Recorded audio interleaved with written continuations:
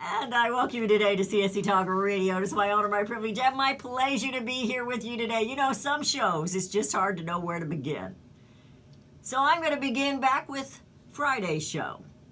Friday's show, I went after The View and after Whoopi Goldberg, if you'll remember, after they attacked a guest, someone they invited on their show. Of course, in their defense, it's probably a producer that did it or something, or a director that said, oh, we need to do this. It'll be good. You know, it'll be...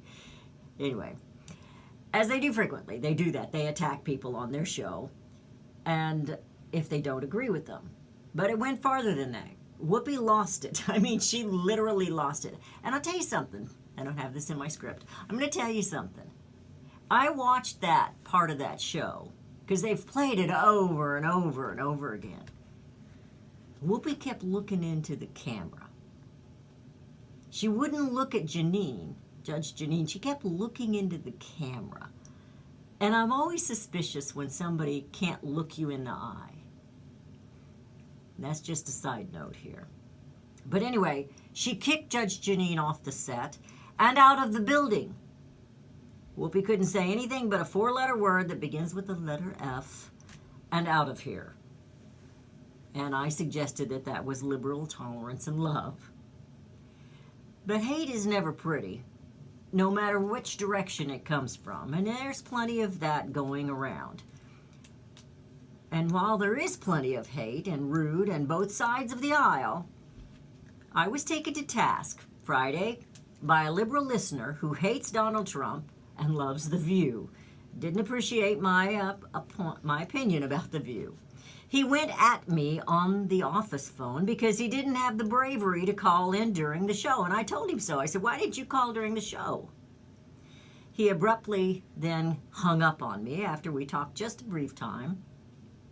Instead of kindly, he hung up. The left know no kindness. Well, this listener did say he'd be praying for me, and by the golly, I need that. I won't suggest that I don't need prayer. I do. And then he said something else which I didn't quite understand, and when I asked what he'd said, he slammed the phone down. Out of respect, I will not give his name today, but let him know I too pray for him. And I pray for all of us. But I pray that he will open his eyes to what his opinion. And I need to do the same thing. There's no doubt about that. That you will put away your hate and evaluate why you consider party over Constitution.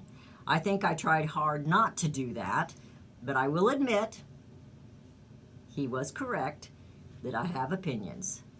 Pretty one-sided. But I try to make that side the constitutional republic side, not socialism, not communism, and I have a new ism, Congressism. That's my new ism for the day. And I believe that they are the cause of all the messes we are now dealing with, both sides of the aisle. It is not President Donald Trump. And while I didn't like everything that President Barack Obama did, I still put the blame on Congress. They had the power to control and stop certain things, but they didn't do it. They have the power to correct this debt, but they won't do it. My caller mentioned that The View does what I do, that they have only one opinion. But The View originally, at least I thought, now I've been a working woman, so I haven't been home to watch The View except on a few occasions.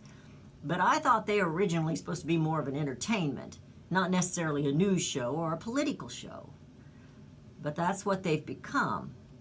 And I will still stand by my words that they are catty, wealthy women, getting paid quite handsomely to pick on people, to put conservatives and professional women down. Not Stormy, her profession is honorable in their eyes, but a young nurse in a beauty pageant, not so much.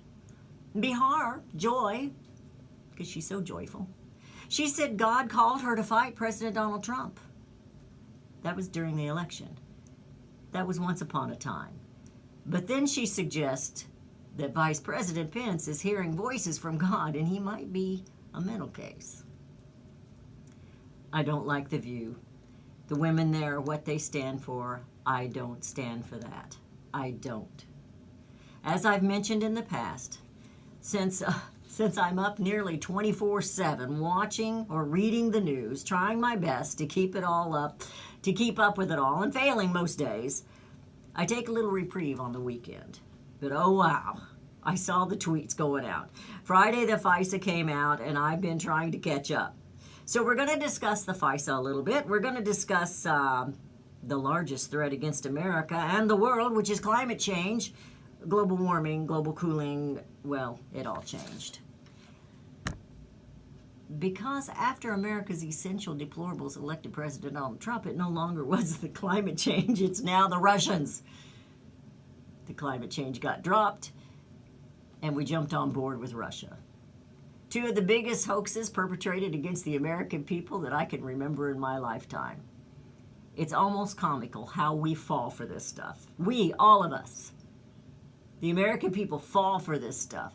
Like a cat chasing a laser beam on the floor. We chase this idiocy. And not only do we chase it, we pay for it.